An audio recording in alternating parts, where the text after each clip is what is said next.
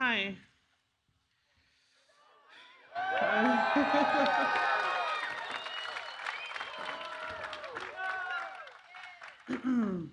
I'm a little nervous, but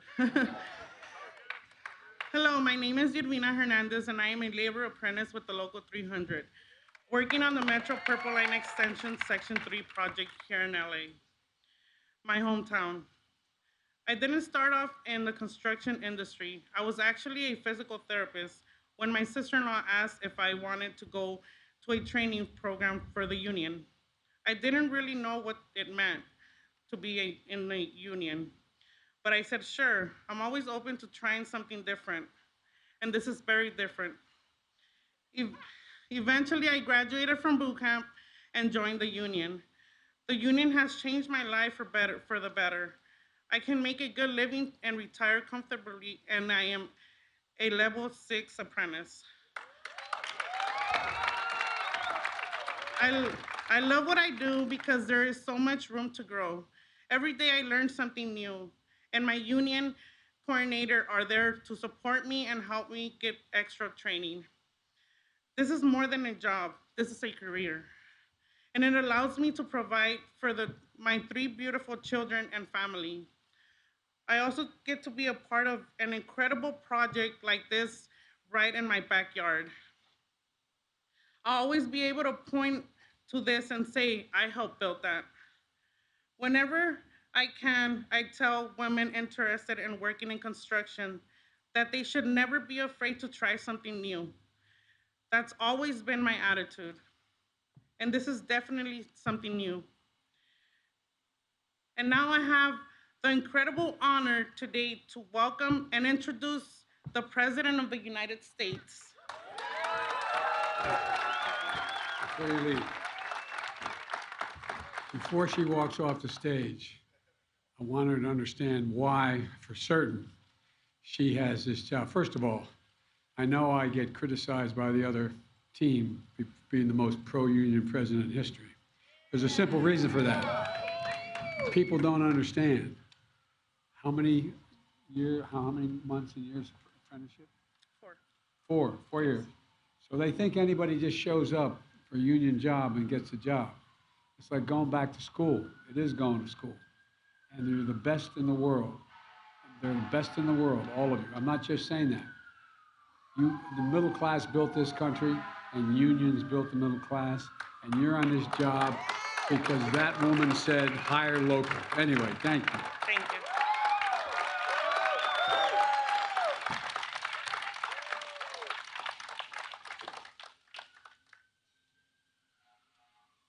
Well, Mr. Mayor and soon to be Miss Mayor.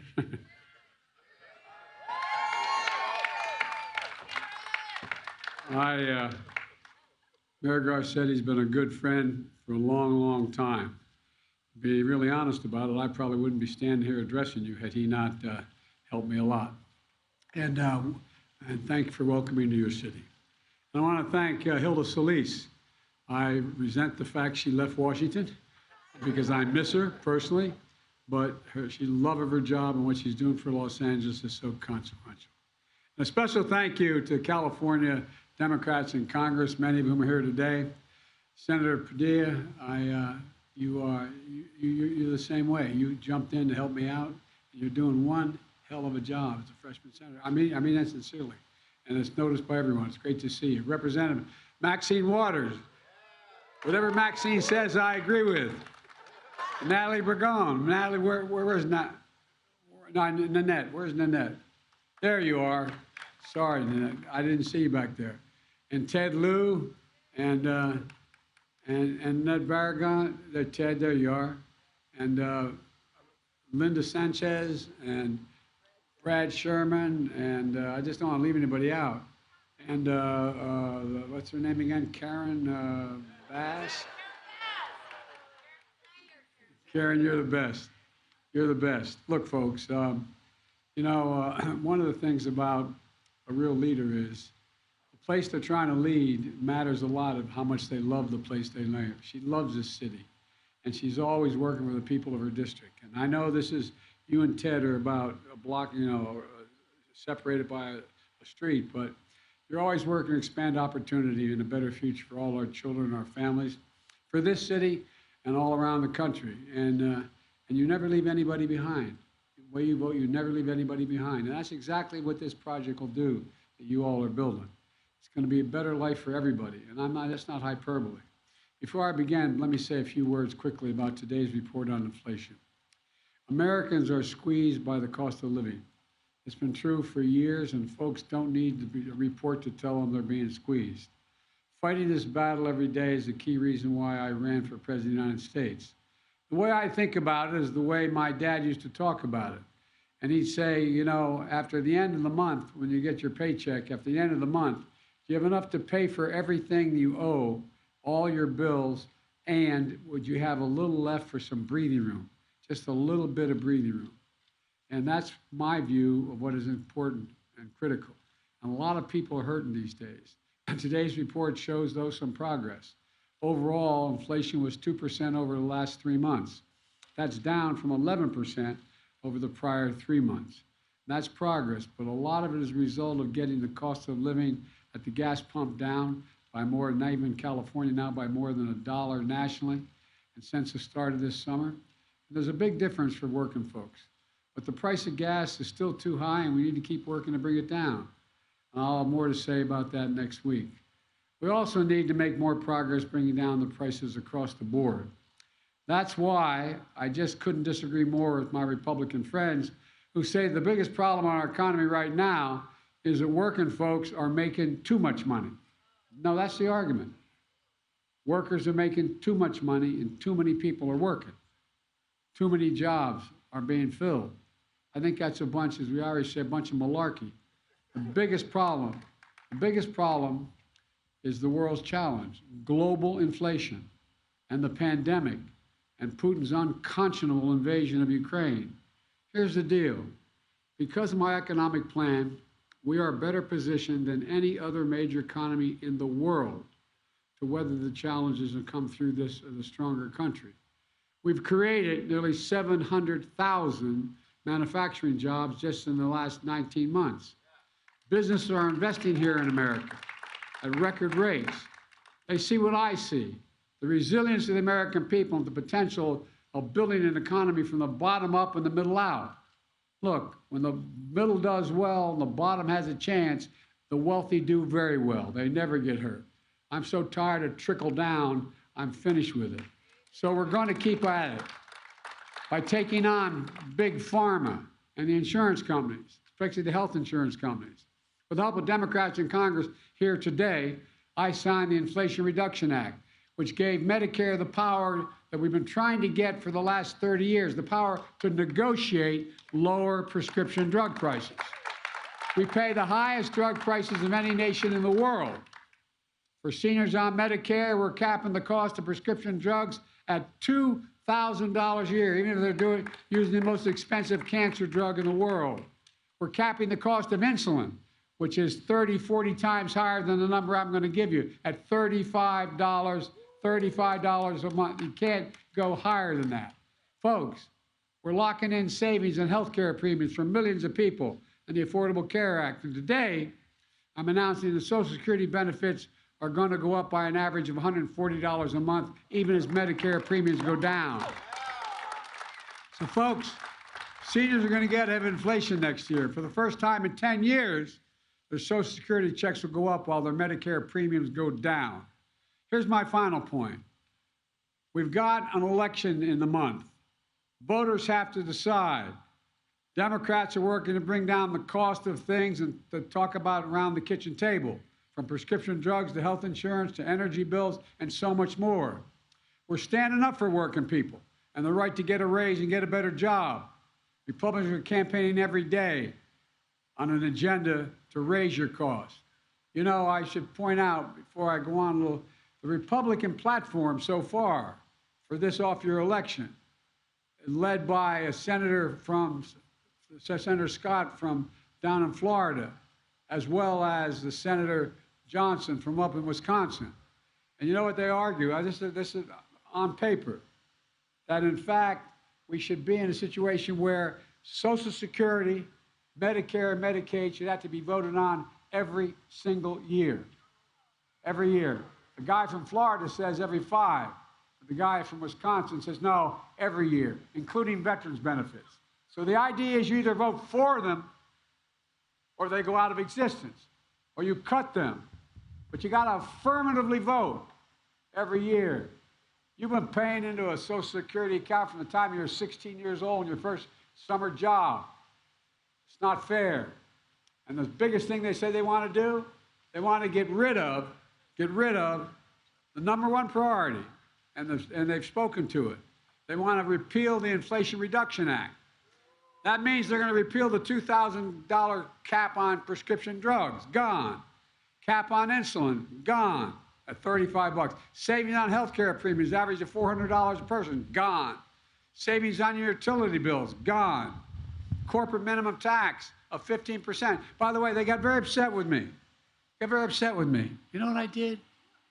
Well, there were 55 American corporations, made $40 billion in 2020, did not pay a single penny, not a penny, in federal tax. So I was so harsh. I suggested they pay 15%, less than you pay. 15% to pay for all this, and it's paying for it. But guess what? My Republican colleagues think that's unfair. They want to repeal that tax.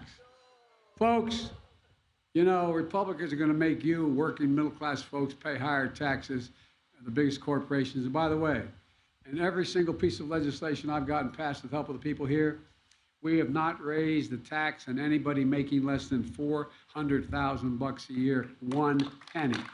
I wish I was making 400. You were making 400 grand, but not a single penny. No, I mean it, not a single penny. If Republican wins, inflation is going to get worse. It's that simple.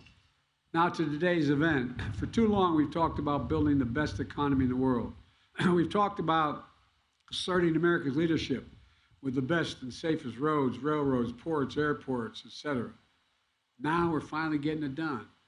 We're finally deciding that instead of being ranked, catch this, the last 8 years or so, America infrastructure, your bridges, the rails, everything. You know where we're rated in the world, the most powerful nation in the world? Number 13. 13 in the world, the United States of America. Where do businesses come to invest? Where they can get their products out of the port, where they get their products out of the yard, where they can have access. Bridges, roads, highways. Look, we should be ranked number 1. Instead of Infrastructure Week being a punchline under my predecessor, Infrastructure Decade is a headline on my watch for the next 10 years. And last year, with the leadership of your members here in Congress, the ones who are here today, I signed a law, once-in-a-generation investments on our nation's roads, highways, bridges, railroads, ports, airports. The law is going to deliver clean air, safer water system, eliminating lead pipes, electric grid to deliver clean energy, high-speed internet, electric charging stations all across America, the power to take care of the fleets of new electric vehicles. It's called the Bipartisan Infrastructure Law. And by the way, some Republicans vote for it. About a third of them voted for it and got it passed, and I thank them for that. And it's the most significant investment America has made in our infrastructure, literally, not figuratively, since the interstate highway system built by Dwight D. Eisenhower. And folks, it includes the largest investment in public transit in the history of America. There's no better example of what's happening than right here in Los Angeles. Nearly 10 million people live in LA County. I have to tell you that. More than any county in the United States. And every year, people take more than 22 million rides on your subways, your light rail, and your buses. It's how so many folks get to work, school, and how tourists and locals explore this world-class city. But the transit system needs an upgrade badly. You know that. You need to connect more neighborhoods, ease traffic congestion, air pollution, make it easier for people to get around and where they need to go. That's exactly what you're doing. That's exactly what you're doing. But it's being funded in part through this infrastructure law, your local taxes and infrastructure law. This project, the extension of the Metro's Purple Line, It's going to cover one of LA's busiest areas and job centers, from UCLA, the future home to many sites of the 2028 Olympics, to the, by the way, congratulations. I did not use any undue influence. I just said I like LA. Anyway, you get in trouble. The first metro rail line opened in 1990 with 17 stations. Since then, more lines have been built to meet the needs of this vast city. Under Mayor Garcetti's leadership, you finally got going on extending the Purple Line. You got a big boost in funding from the Infrastructure Law to finish the job. The extension of the Purple Line is going to add 7 new stations, build a reliable high-speed connection between downtown and the west side. A trip from Koreatown to the VA campus, which now takes over an hour on a bus, sometimes longer than that, it's going to shrink to 25 minutes on rail. We expect to see nearly 80,000 more riders on Metro every day, thanks to the Purple Line extension. Roughly 27,000 fewer car rides every day. It's going to affect pollution in a significant positive way. 124,000 fewer tons of carbon dioxide pumped into the air above Los Angeles every year. 124,000. That's what it takes out of the air. Nearly 14 million gallons of gasoline saved. And it's easier to commute for 500,000 people who come to work every day in Century City or elsewhere on the west side. Plus, this project is a job creator. More than 100,000 workers, union workers, more than 100,000 workers hard at work on the entire Purple Line extension, all 3 sections. And here's something else.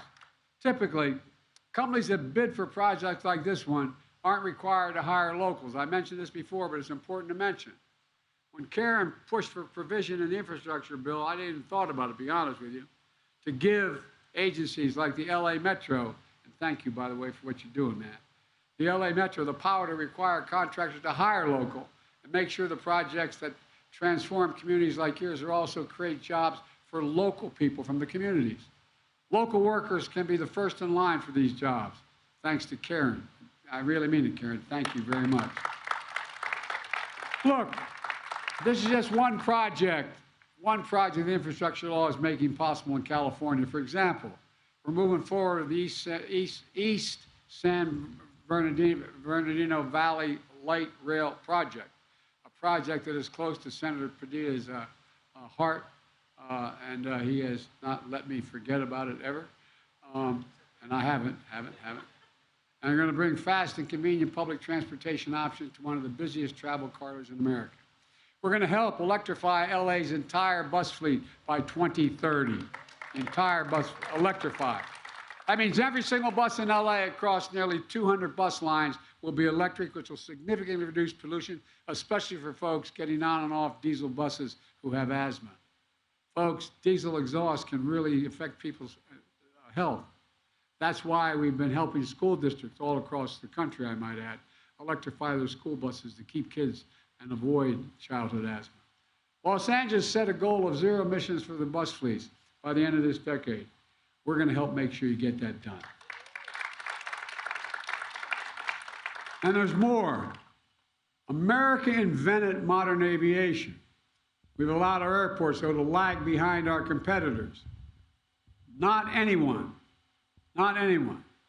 We're investing in LAX, including renovations to the central terminal, to make it easier to park, to pick up and drop off, to make it to your gate quickly as possible. And I hope eventually to get light rail there, too. Then that's what we're doing with our ports. Earlier this year, I visited the Port of Los Angeles, dealing with the whole issue of on-time access to products that we need to make products here in America. We've done a lot of work there to ease backups and delays, bringing together port operators, shipping companies, labor, to move more goods more rapidly. Last Christmas, we were against everyone's expectation. We managed to get nearly 97% of all gifts delivered on time because of those changes, despite the delays caused by the pandemic. And now we're going further. We're building a new 4-lane road to the Port of LA to make it easier for trucks to drive up to the container terminal, load up their goods for transport, and the Port of Long Beach, one of the busiest container ports in the nation. We're going to deepen the channel so ships can move in and out of that harbor faster. Folks, this is going to make our supply chains more efficient, make trade quicker and easier, and reduce air pollution. Then we're going to rebuild bridges and highways all across this state, like we're doing across the country. We're working every single day to make sure California has access to high-speed, affordable internet. I don't ever want to see again where a family has to park in front of a McDonald's to do online schooling because they don't have access. Already, nearly 2 million homes across California are getting low-cost or free internet because of the infrastructure law. And we're going to provide clean water across California, replacing lead pipes, worn-out service lines, replenishing Big Bear and other critical water sources, and expanding water recycling as we deal with this historic drought, and it's real. There are just a few of the examples of the more than 350 projects across California with more to come.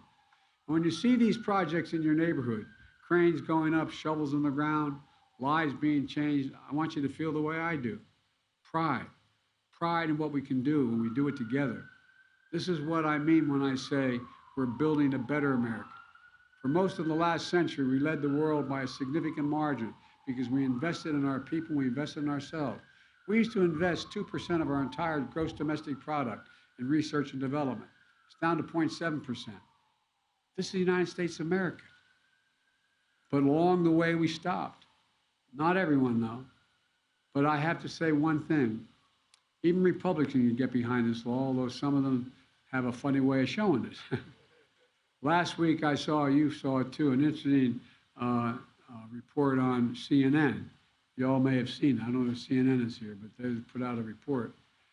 The headline was, quote, Republicans call Biden's infrastructure program socialism.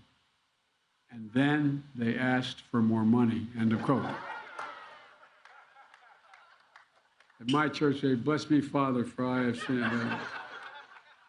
But look, the report describes Republicans in detail, I'm not going to mention their names, who voted against the infrastructure bill, called me and it socialist, and then attacked it, all Democrats for passing it.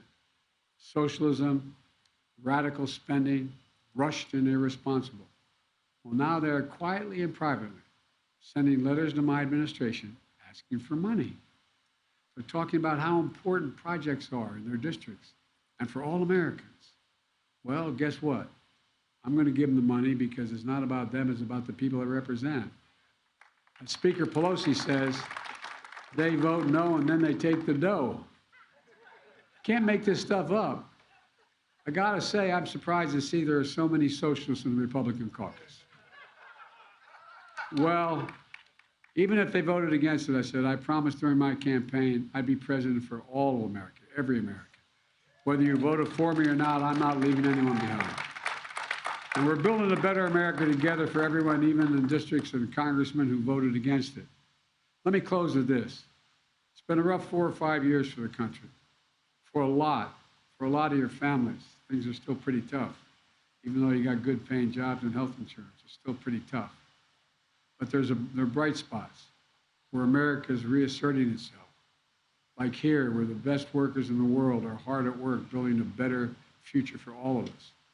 We're providing our best days to be available to us. And they're ahead of us. They're not behind us. We just have to keep it going. And I know we can. I mean it sincerely. I know we can. I've never been more optimistic about America's future, particularly relative to the rest of the world. We're better positioned than any nation in the world. And every other nation that I'm aware of is aware of it. When I meet with the heads of state in Europe and Asia, they know it. We just have to remember who we are. We are the United States of America. And there's nothing beyond our capacity, nothing, when we decide we're going to do it together. God bless you all, and may God protect our troops. Thank you. Thanks.